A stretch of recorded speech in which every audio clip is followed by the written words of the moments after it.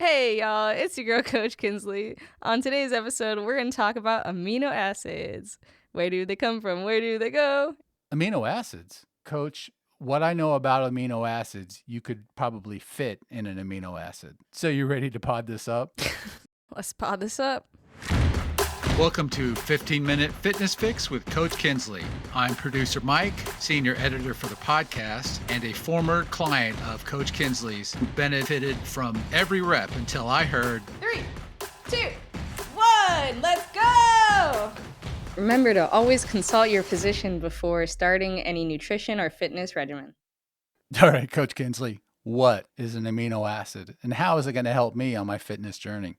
So all proteins are made of amino acids linked together by peptide bonds. And this is where the amino acids come in. They are the building blocks of protein. So the primary function of protein is to build and repair body tissue and structures, which is super essential to anything that you're trying to do, whether you're an endurance athlete, weightlifter, or just the average Joe or the average Jennifer. Okay, thanks, Coach, for the reminder of Episode 3, Introduction to Macronutrients. I remember that definition of amino acids. So, Coach, you said the amino acids affect everybody, from an athlete to somebody who is not an athlete, and those who are in between. Can you clarify that a little bit for me? Of course. Even though protein's primary function is to build and repair body tissue, which is what you think of, with like weightlifters, every single protein in your body, whether it's your muscles or the lens of your eye, it's all made up of these amino acids, just arranged in a different order. So that's why everyone would benefit from amino acids.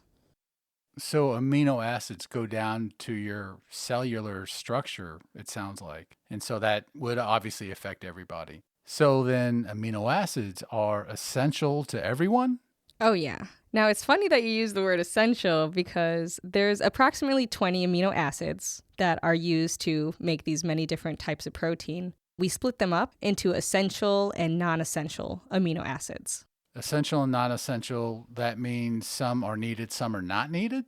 Oh, don't be fooled. The name's a little misleading. So you need them all, but 8 of them we call essential because these ones cannot be manufactured in the body, or at least not enough at a time. So the essential amino acids, those 8, you need to find in like outside sources like supplements or food. Whereas the non-essential amino acids, the body can make them from dietary nitrogen and fragments of carbs and fats.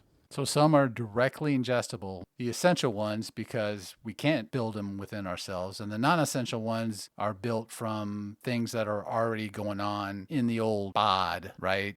That's a good way to put it. So then what do each amino acid category, do they function differently or do they all have different roles? Why does that helpful for me? That's a really good question.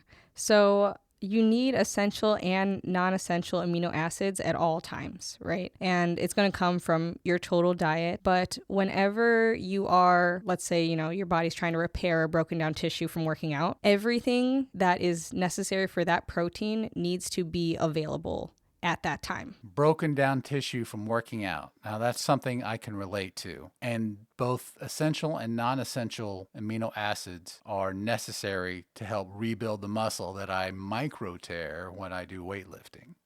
Yeah, protein synthesis is an all or nothing. So all amino acids need to be there. So how do I make sure they're all there then? I can't count them. I can't even see them. And I can't even pronounce them correctly. I was thinking about giving our listeners a list, but you should probably just look up because I would not pronounce it correctly.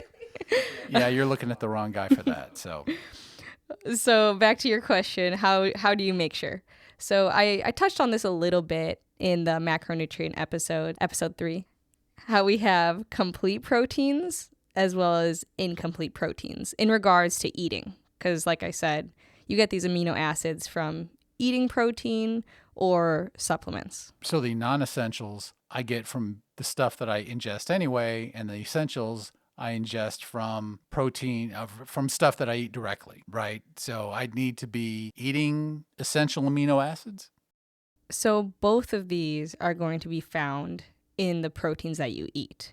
but the essential amino acids and the non-essentials are both going to be present in complete proteins. Whereas when we put it in the category of incomplete proteins, not all amino acids are there at a time. So you won't be able to synthesize because synthesizing protein is all or nothing in regards to amino acids.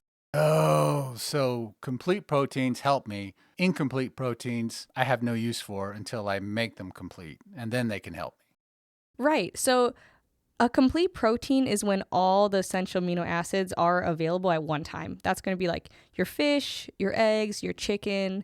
But incomplete proteins, I'm not going to call them useless. They just need to have two. They need to have a buddy to make them complete. So, like, don't just have rice and beans. Don't just have peanut butter and bread. Those would all be good examples of incomplete proteins if you had them by themselves. Coach, again with the fish. I don't like fish very much. I'm going to be preaching fish for the rest of my life. All right, so I guess as long as we're doing this gig, I better start trying to like fish. I highly suggest it, clearly. And not the fillet of fish from McDonald's. Oh, get out of here.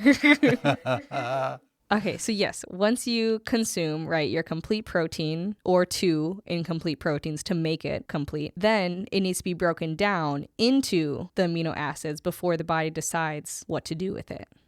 Can they get used for energy? Like if I'm not eating enough carbs like I was, when I first started seeing results way back in the day, I wouldn't eat, but I'd still work out. Yes. So your protein, which will then be broken down into these amino acids once it's digested, has 3 fates: protein synthesis, immediate energy, or fat storage. Fat storage. Dun, dun, dun. So asking about the immediate energy, if you're not having enough carbohydrates, which are ideally being used for your main source of energy, and you're also at a caloric deficit, then these amino acids, they have a carbon skeleton that will be used for immediate energy instead of protein synthesis. Wow. Okay, that explains a lot.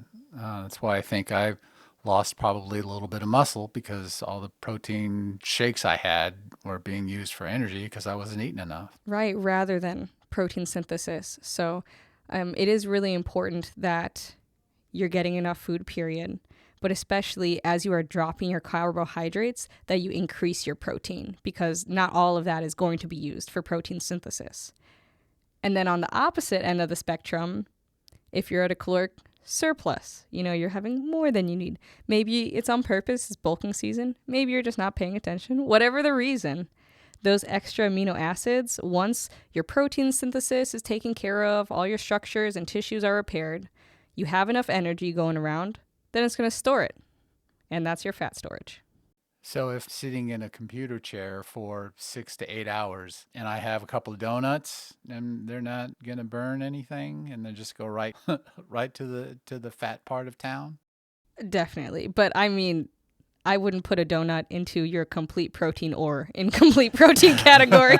Okay. All right, I guess that doesn't count. But probably something I shouldn't be having anyway if I know that the day is going to be a no energy day, which sometimes happens at work. But this is all to say that too much, even of a good thing, could be a bad thing. So too much chicken could end up in a fat storage. Interesting. I guess that makes sense. So if I have a protein shake after I work out, then knock back a couple of pieces of chicken and then go back to another protein shake later on, then suddenly I'm storing fat. Potentially. You need to be at a caloric surplus as well. Oh, okay. So as long as I'm working out, it would have a hard time finding somewhere to move into Fat Town.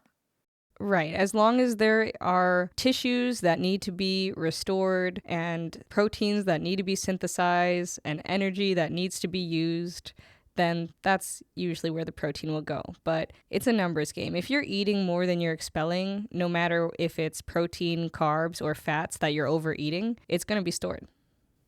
Okay, earlier you had mentioned something about supplements, protein supplements. So do those get used right away, or do they get stored, or how do supplements help me?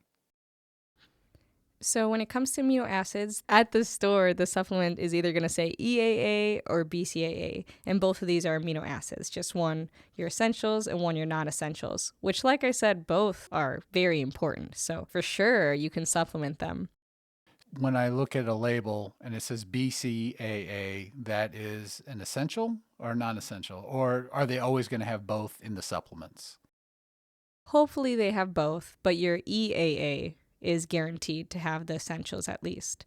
Now, both of these are really helpful. For me personally, I prefer to sip on it during a workout.